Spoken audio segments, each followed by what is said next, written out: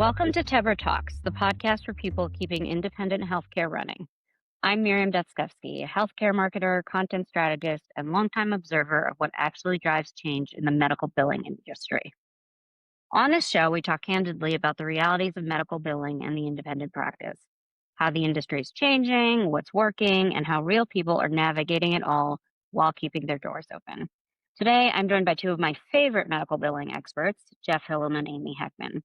Jeff is the CEO of Red House Medical Billing. He's a systems thinker and healthcare executive with deep insights on AI, automation, and payer strategy. He's known for cutting through hype and sharing practical advice with practices and their billing teams. Thanks for joining us, Jeff. Hey, I'm happy to be here. It's a good topic today. Yeah, we're excited. And also excited to have Aimee Heckman with us. Aimee is a certified billing and practice management expert who spent 35 plus years helping physicians keep their independence and protect their revenue. Welcome, Aimee. Thanks, Miriam. Great to be here. And as Jeff said, I'm really excited about this topic. It's a fun one. Yeah, so in this episode, we'll be talking about outsourcing, offshoring, and everything in between. Right now, a lot of billing companies are facing more competition than ever before. They're asking, how do we grow and scale with what we have? And many are rethinking who is doing the work, how, and where. We wanted to look at all different types of outsourcing that billers are using and their respective pros and cons. After all, we know that the companies that succeed are the ones that can scale smarter and maximize their resource. So first, let's break it down. Outsourcing, offshoring, nearshoring, homeshoring.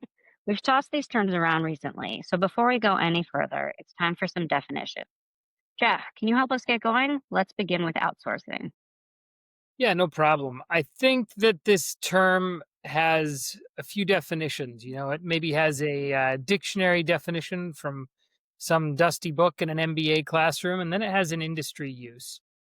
I think in the broadest context, we should consider outsourcing any moment where a business process or service is externalized to a third-party provider instead of performing that task in-house. So again, in the broadest terms, outsourcing can be local, it can be overseas, it can be just domestic, it can be nearshore, it can be all of these different types, depending, like the vendor location is not as important, although I do think that our industry space tends to have its own working definition of outsourcing being an offshore component, though that is not, I think, standard business use. I'm glad you mentioned that because I think a lot of folks are confused by, like, you have a very clear definition between outsource and offshore. So I'm wondering if you can continue by talking about offshoring. Yeah, and I do think that it's really helpful actually to have these two processes differentiated in our minds as an industry, because it does inform how one looks at where work is and how control is done. And offshoring is the relocation of a business process to another country. Typically, it's just to take advantage of labor arbitrage, specialized skills, favorable regulations, maybe some foreign exchange value. But offshoring could involve setting up your own company or facility. It could be working through like an employer of record in a new country, or it could be outsourcing to a foreign vendor. Offshoring doesn't necessarily have much to do with who controls the execution of the work. When we talked about outsourcing, that was ceding control of a process to a third party, regardless of geography. Offshoring is the process of moving something to a new geography offshore and does not define who controls the work. You can have a company and have control of your work offshore, or you can have your company and offshore your process to a third party. So that's the difference between offshore and outsource. I think just to add something here, even in my years, and I've been doing this for a long, long time, and that real distinction helped, like even just recently, really helped me grasp that concept as well. Because I think, particularly as medical billing companies, the idea is outsourcing is only the overseas piece. But the reality is, as medical billing companies, the work is being outsourced from the provider's practice to us. So we are outsourced services, but not necessarily offshore. It can be, as Jeff said, either onshore, offshore, and who controls it is a big difference. As Jeff said, that's a really important distinction here. Not all outsourcing is overseas, and not all offshoring is necessarily in non US or non entity controlled resources. That's great. So now I want to tackle a term that really threw me the first time I heard you guys say this, nearshoring. Well, I'll just jump in, I guess. So this also isn't. I mean, this is more of a little bit. This is still an offshore, as it were, experience because it goes outside the borders. But this idea of nearshoring is that you transfer a business process to a nearby country, usually someplace that like shares a border or you share a region. Because when you do that, you can still reduce cost, have some labor arbitrage, but you can sort of maintain advantages like time zones, cultural proximity, easier travel, stuff like that. So nearshoring, that's what that's all about. Very cool. And I jumped ahead because I'm realizing we also have this phrase, homeshoring, which I really, really never heard before talking with you two. So if you could explain that as well. Yeah, I think this is fun because we're sort of doing the full circle here. So homeshoring is just this business concept also of bringing things back. So, for example, maybe a retailer with a customer service line who has traditionally held their customer service maybe in India or the Philippines brings the work back to their home country and does that work within their domestic market again. Gotcha. All right. So now that we've defined each of these outsource, offshore, nearshore, homeshore, let's get into how Bilkos can think strategically about how to labor their companies. So, Aimee, let's start with you.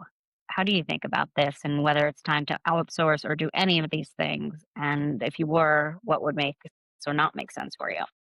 Sure. So I haven't myself, done the offshoring of my processes where I set up a company somewhere else.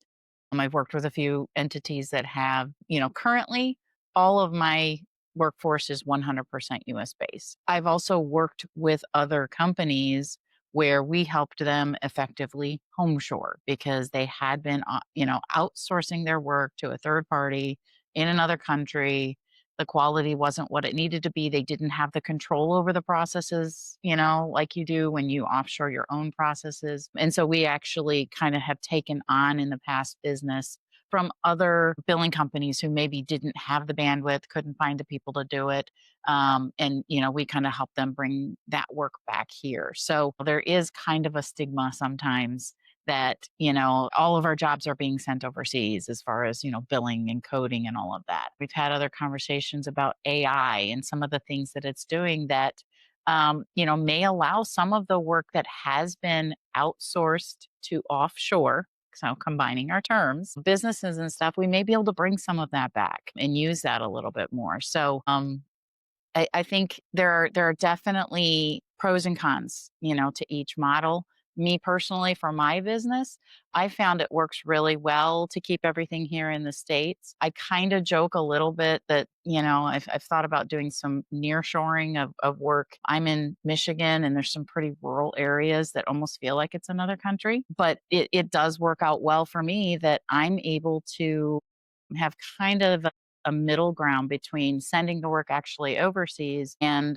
keeping it here, but having a much lower employee cost than in some of the major metropolitan areas. Aimee, I was really interested when you said that people typically think negatively of the association of a billing company and offshore because I thought that way. And then, Jeff, in a recent conversation, you said you were offshore first, and I was kind of shocked. So I'd love for you to speak to that strategy and approach and why you do it. Yeah, I'd love to talk about that. I think one piece is to just stop just quickly and look at my company and Aimee's company, and you'll hear about the approach. We run very different businesses, and yet both succeed. And I think that as the Bilcos are sitting here listening to this conversation, I hope that what you get out of this is that there are tools in the tool belt of strategy for bill company owners. You don't have to do one or the other. You need to just have a strategy. You need to have a roadmap, and your roadmap is going to tell you where you go, and it's also going to tell you where you don't go. Whereas Aimee's company has found success following a path of staying onshore, she is probably best served by keeping that strategy and not trying to do what I do, because it's not her business model. And strategically, I took an offshore model where I don't outsource my business processes because that's my core value proposition. I tell people that I can bill better than my competition in XYZ ways. And the way that I do that is I offshore my work, and I find that the education and the ability and the skill and everything fits the model that we need to do what we need. I don't outsource it because I don't find that that fits the value proposition that I offer to my customers. I don't home shore it because it doesn't fit my cost structure and business model. And I guess I do actually near shore. I've got a few countries, so one of them's close to home. But I think that for me, the strategy of offshoring came because of who I am, my international experience, and where I find my ability to compete. It wasn't necessarily just a cost decision for me. I don't find the quality to be different, the education to be different. My coders have AAPC certifications, just like my coders onshore do. And so for me, it's a strategic decision. And one would hope that people don't just say, I need to save money. I'm gonna outsource my work. That's not a strategy. That's just trying to save money, right? So these decisions are strategic tools, not just necessarily ideologies or money decisions. And I'm going to add something to what just said, because I have actually outsourced at one point some of my work to other billers here in the US. And that has not always gone well or any better than some of the overseas outsourcing that I have worked with and I have seen done. So I think the key here, and this is what, Jeff is kind of emphasizing and what I'm emphasizing is maintaining control of the process, maintaining control of the quality of the team, your training, all of those things is what has helped both Jeff and I succeed. We just do it someplace different. Yeah, and that tees up sort of my next question here. How does proximity, whether cultural, geographic, time zone, affect the work, specifically accuracy, accountability, and oversight? Jeff, I was going to start with you, but Aimee, since you just told that story about working within the US, let's start there. Sure. So, as I said, I've had experience working with offshore teams as well as US teams, not just within my billing company business, but other projects that I've done. And I've had good and bad experience. I've had nightmare experience with a group that I was doing some consulting for, and they had outsourced their AR follow up to a team in India. And I joke that I was kind of hired to get that process back on track. And I literally had to have a daily meeting with a manager, a contact person in India. And I spent half of the days wanting to just beat my head against the desk because they weren't getting what I was trying to get them to do. It just wasn't, there were cultural issues, there were language barriers, there were, all kinds of things. But then I've also worked with teams, a team in Romania, and they were amazing, and a team in the Philippines, and they were amazing. And the keys usually have to do with training, skill set, education level. In a lot of these places where, work has been offshored, they're required to have a degree, and I don't even have a degree. So there are really big differences there. But for me personally, it's just been my decision to keep everything local. Most of my clients, I also tend to stick this side of the Mississippi because you have the time zone issues, you have coverage issues for people, being able to talk to the practices, things like that. Yeah. How about you, Jeff? I will say that I think that when one looks at maybe an offshore model, regardless of the control question, there are a lot. The cultural dynamics are difficult, right? And you need to be somebody who is ready to have a higher cosmopolitan mindset and to be reading and studying and be aware of cross cultural dynamics, cross cultural communication challenges. The ability for your team to succeed in an offshore model will depend on your ability to train them to understand cultures. And that's not a one way road. That's, let's look at my team in the Philippines, for example. I train them what it means to work with a Western corporation, and I teach my US team what it means to work with a team of Southeast Asian employees. And that permeates all of our decisions and all of the way that we work, right? How do you give feedback to somebody from a different culture? How do you deal with inter-team conflict with somebody from a different culture? Is it an indirect or a direct communication culture? How do they, is it an egalitarian style workplace like we are here, or is it more like in Southeast Asia? Is it more hierarchical? And the differences matter in day to day work. And the ability to succeed with an offshore team is correlated to one's ability to have a high global mindset. And that is a big factor.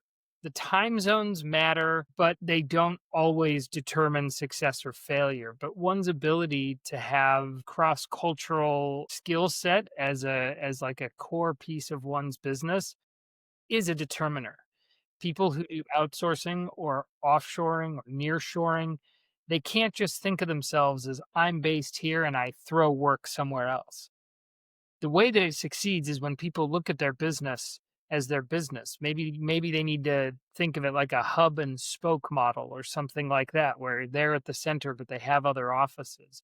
People need to be ready to run a global business if they're going to put business outside their home country without simply considering them some other office. That needs to be part of the team, and the leaders need to be aware of that dynamic. Makes a lot of sense. To that end, is there any value you feel like you're trading off, or is the investment totally worth it? For me, the cross cultural dynamic is part of why I do the business. I love the cross cultural dynamics. I appreciate actually the complexity that it brings, and I like the ability to. This is getting a little philosophical and off our strategic. Love it. So I'm going to make it quick, I guess. But for me, I think in a world that is polarizing, I enjoy the ability to play a person that builds bridges.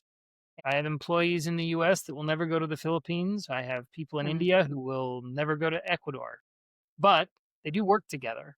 And so it will be very difficult for these people to ever hold long term negative views about these people and places because at work they were able to build bridges together. Philosophically, to me, I feel like that is as needed now as ever. Yeah. I agree. And I would add to that, my experience, I don't have the same involvement as Jeff and haven't had that because I haven't offshored any portion of my business. But in the roles where I was working with, the Romanian team and the team in the Philippines, really it was uplifting. It was fun, I guess is probably the best word. I learned a lot about Romanian culture. I learned a lot about, life in the Philippines. And it was, to Jeff's point, I never would have, probably even learned or gotten involved with or, sought out that information. And so I think there is some benefit to engaging with that. It's just, as Jeff said, that doesn't fit with my business model, with my Billco. But for Jeff, it's exactly what he does. Before we go, I want to ask, how is the landscape changing in the next 3 to 5 years, particularly with automation and AI? So, it's hard. I lost my crystal ball.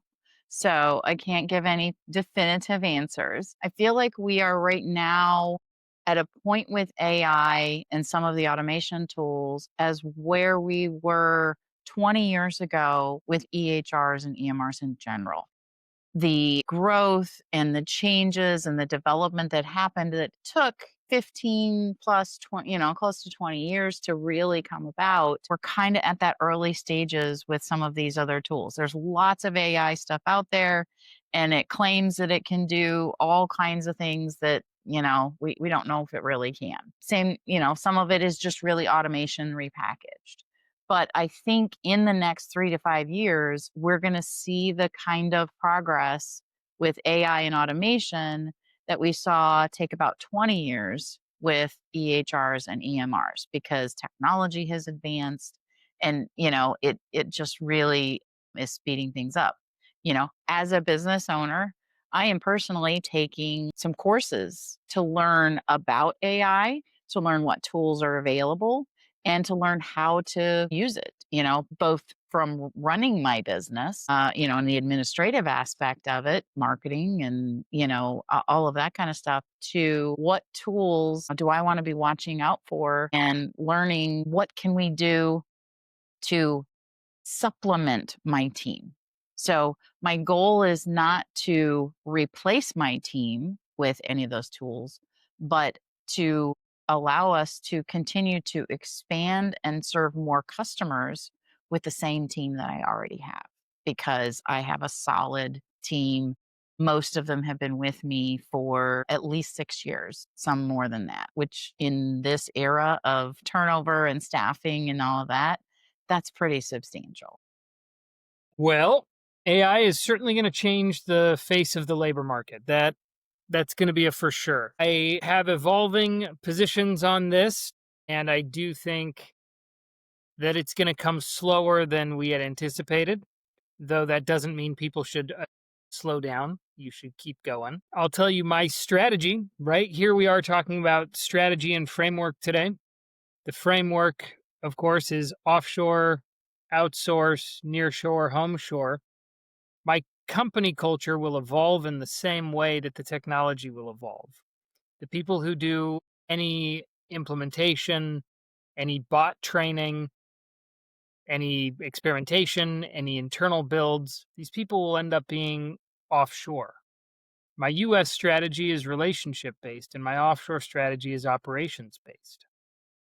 So as AI develops, we'll have AI developers and trainers, etc., in the countries where we have operations, rather than bringing it back to the United States, because that won't fit a model of an offshoring company. Is your strategy to retrain your team? Will your strategy be Yeah. different So across the Philippines and the US? yeah. So the thing about training my team is they need to be trained. This is the way I'm thinking, is they need to be trained now to know the things they need to know 3 years from now. So in our trainings, we try to talk about what it means to have an AI integrated system. And we try to talk with them about what it means to, to not be replaced, but to integrate their job with AI tools, because that'll really be what happens. I think it's going to be quite rare where an innovation will come and disrupt workforce in a big way. It's usually incremental changes. And we try to teach them now to think about what it's like, and to try to envision that, and when we have small tools, to engage with the tool and try to help us train the tool, because in a few years it'll sneak up on us and we'll have a lot going, and there won't be time to retrain them. Then they need to be trained now to think like what they're going to be doing. They need to have like the to be's inside themselves before the to do's are in front of them. I love that. Love that. Well, this has been a fantastic conversation. Are there any final thoughts you'd like to add? Yeah. I think that when I talk to billing companies, the biggest thing that I find is that they don't understand their own strategy. And so if Mm. there's one thing that I would want people to pull away today, the big issue is that you will have a better business if you make legitimate decisions and good strategy decisions. And these are tools that you can use. And I would hope that people don't say, oh, well, maybe I should offshore like Jeff, or maybe I should homeshore like Aimee. We are examples of how to implement these strategies, not examples of how to implement an ideology around your business. And so my final thought would be to look at them, to study them out. And if you haven't considered, do you have a strategy with regards to this model, take a moment and study it and implement whatever it is that's going to fit. And then let that be part of your roadmap that helps you determine where you go and also where you don't go. I agree with that. And I will kind of pick up where Jeff left off there. Personally, my business just kind of grew. I didn't even try. But I've been very fortunate. But I am kind of making a shift in my business right now. I have been looking at AI and I've been looking at, some of these other things and saying, okay, this is an opportunity to get my processes fine-tuned as they are now, because as Jeff said, neither of us believes that what's out there for AI right now is the be all end all and what it's going to be. Like there's still a lot to come. And so we're preparing for that. As I said, I'm taking some classes and trying to learn and understand what all is available, what we might be able to use. And I'm also preparing my team and saying, I don't want you guys to freak out about this, but we are going to eventually be learning to train bots, basically. Some of my team will do that.